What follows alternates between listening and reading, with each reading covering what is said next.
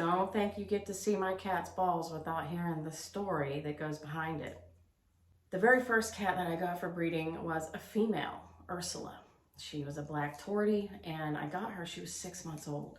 So guess what? She was already going into heat when I got her. And I had the old pyometra hype in my head going on, like, oh my gosh, I've got to mate her soon. She's gonna get pyometra. I was panicking, but I didn't have a male. Luckily, I was friends, brand new friends actually, with a breeder who said, you can use my male, just get her here and leave her here for a few weeks and I'll mate her and we'll, don't worry about it. And that's what happened. In the meantime, I'm like panicking, looking for a male, and I already have my OCD anal set in. Like, I want a male with a great profile. Couldn't find one. I didn't really know what I was looking for, but I was trying real hard. I found this adorable little black smoke and white male in Russia. I was like, oh my gosh, he's so awesome. And I was running out of time in my head. Like, I had to get a male because what if this happens again? I think I had, 2 more girls reserved that were on their way. So I bought the male. That was a bad idea.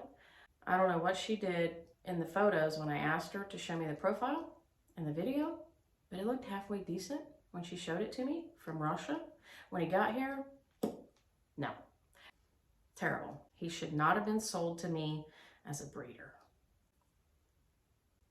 So anyway, immediately I'm like, okay, I need a new boy. I have this one. I'm gonna work with him because I have him here now. He grew up at 10 months old. He was able to sire his first litter. And guess what? Profiles kind of looked like his. Maybe not quite as bad because the girl compensated a little bit for it, but they still were not what I was looking for. So I'm on the quest for a new boy. And I'm thinking the happiest day of my breeding life will be when he's not the sire of my kittens anymore, because I can't deal with this profile. So I found a new male from a big, well-known cattery in Russia. I didn't care what color this cat was. I just wanted one with a good profile and, everything else that I use for pre-screening. He arrived. He looked okay, not perfect, but way better than Illuminati. And so now he had to grow up, and be old enough to sire a litter of kittens, if he even could. Like, we never know. Is it gonna work? I don't know. It's a risk you take. The day finally came. I took him in to be neutered. While he was on the neutering table, the vet texted me and she said, quote, "This cat has the biggest balls I've ever seen. You want a picture of it?" Of course I do. Send it to me. And so she sent me a picture of his testicles laying on the table after she removed them. And I took that picture and I stitched it with his profile picture, which I'm going to show you in just a second. And it was just a reminder to me of, how far I've come, because I've got 2 males now. They're beautiful cats. And it took me a long time to find them.